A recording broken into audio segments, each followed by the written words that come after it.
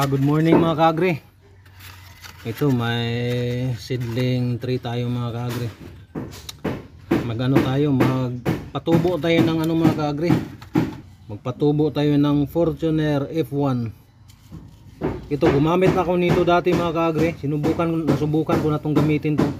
Mahaba at saka malalaki talaga itong mga kaagri. Tapos tingnan muna natin yung ang bili ko nito kahapon ay 80 pesos to mga kaagri. Kapag bumili ka ng seeds kailangan tingnan mo yung expiration. Ano pa mga kaagri, July 2026 pa ang expiration nito. Ngayon ang lupa na ginamit natin ay hindi to ganong kasi pinag-anuhan ko ng tanim to mga kaagri, galing dyan. Tapos sinala ko lang siya. Ito pinaghalong dumi ng baboy at saka yung lupa doon sa likod ng namin. Sa likod, hindi talaga to katulad ng vermicast mga kaagri na 100% talaga na talaga fertile. Kaya ang gagawin natin ay yan. Hindi natin punuin lahat to. Dami nito, 200 seeds to mga kaagri.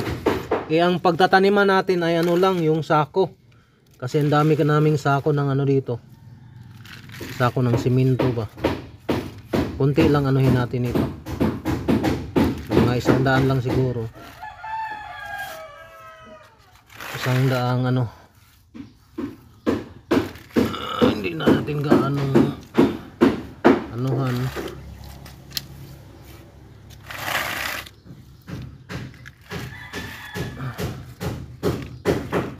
Yan.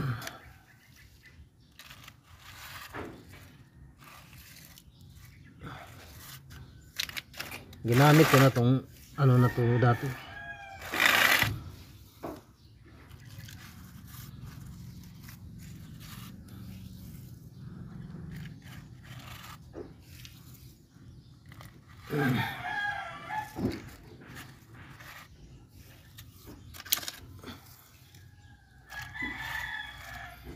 Sinala ko pala tong lupa na to mga kaagri. Sinala ba? Ngayon ang gagawin natin,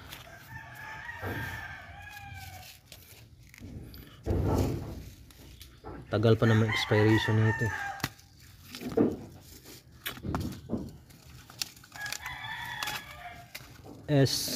West.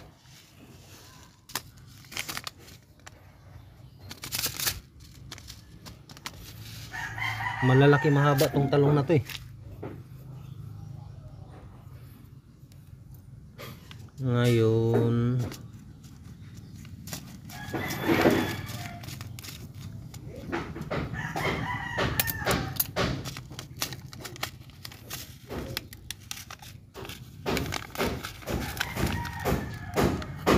ang dami yan mga kaagri.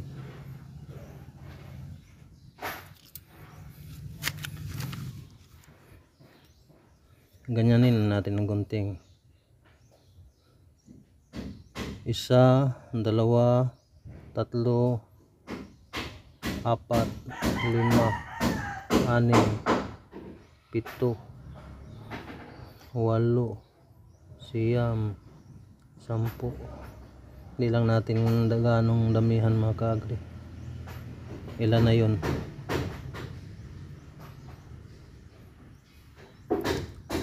Basta lang tayo, mag-iras lang tayo.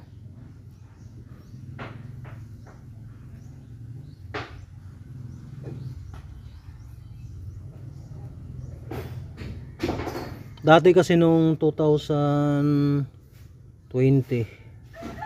nung magsimula tayong mag-vlog, ito ring na to talong na to yung Fortuner F1 ang sinubukan natin. Mura pa yun mga kaagri, tag 60 mahigit pa yung presyo. Ngayon 80 na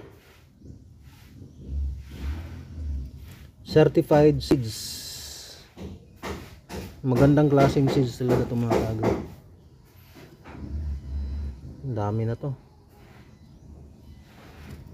Hindi ko lang siguro alternate ko lang siguro yung paglagay mga ka-agri kasi sobrang masikip o malapit ng ano na ito ba. Pwede na yan, mag start na tayo sa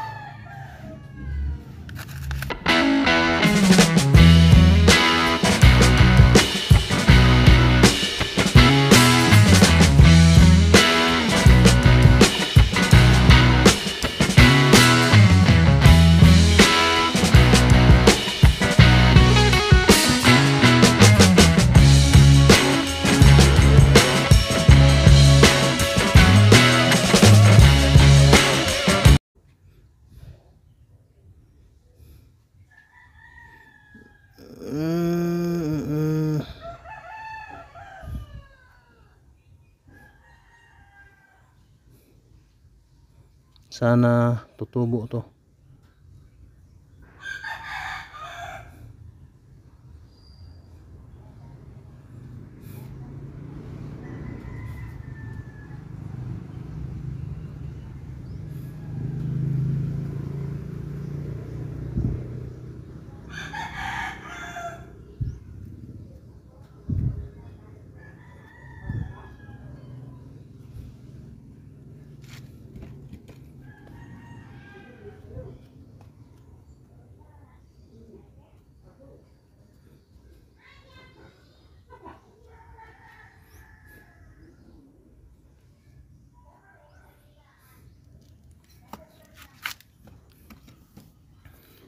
Yan lang po ang ating video ngayon.